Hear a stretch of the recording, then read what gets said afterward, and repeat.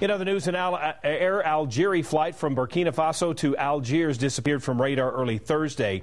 Air Navigation Services lost track of the plane 50 minutes after takeoff. That means that flight AH-5017 had been missing for hours before the news was made public. Aviation crisis consultant Ken Jenkins joins us now to answer some questions surrounding this scenario.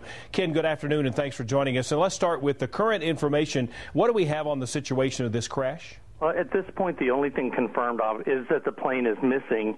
There has been an unconfirmed report that the wreckage has been spotted. The French foreign minister said that the plane, had the wreckage had been found, but there have been no other sources to confirm that. And as a matter of fact, just before we began to speak, I've seen conflicting information on wreckage being found. So hopefully we'll know something in the next few hours, definite. The big thing we talked about, Ken, here was that 50 minutes after takeoff, they lost track.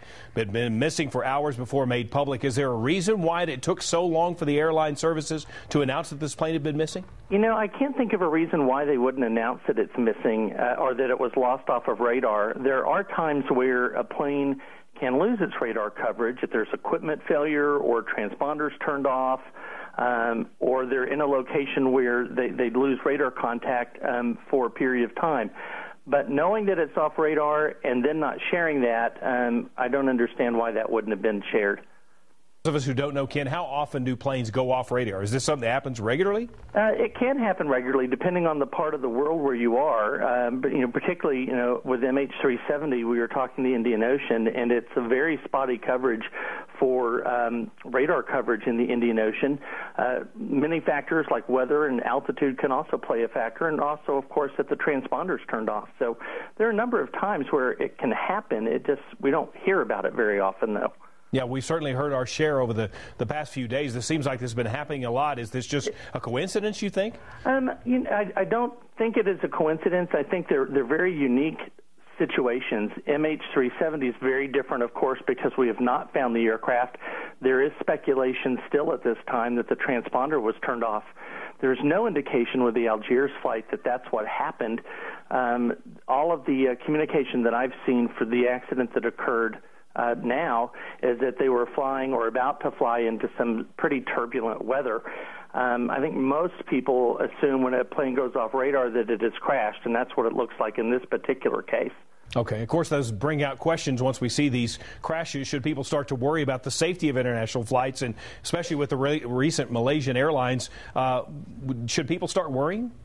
I wouldn't worry any more than if your normal nervousness about flying. What I would do, and of course that's easy for me to say because I work around these types of events all the time, but I also do what I refer to as my due diligence when I fly.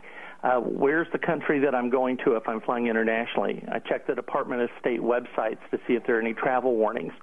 If there's an opportunity to see if there have been any incidents in the past, I'll look at those as well. I look at the air carrier that I'm flying on and whether or not it's one that I want to choose to fly on an international route. So I don't think we're going to see too much of a downtick in international travel because of this. You're more apt to see less travel to Jerusalem right now for tourism based on what's going on between Israel and Gaza.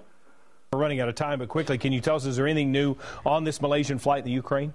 The only thing new that I've seen over the last 24 hours is that additional bodies have been returned to the Netherlands, and of course that's been on the media with a very respectful display of carriage of those remains by the Dutch people.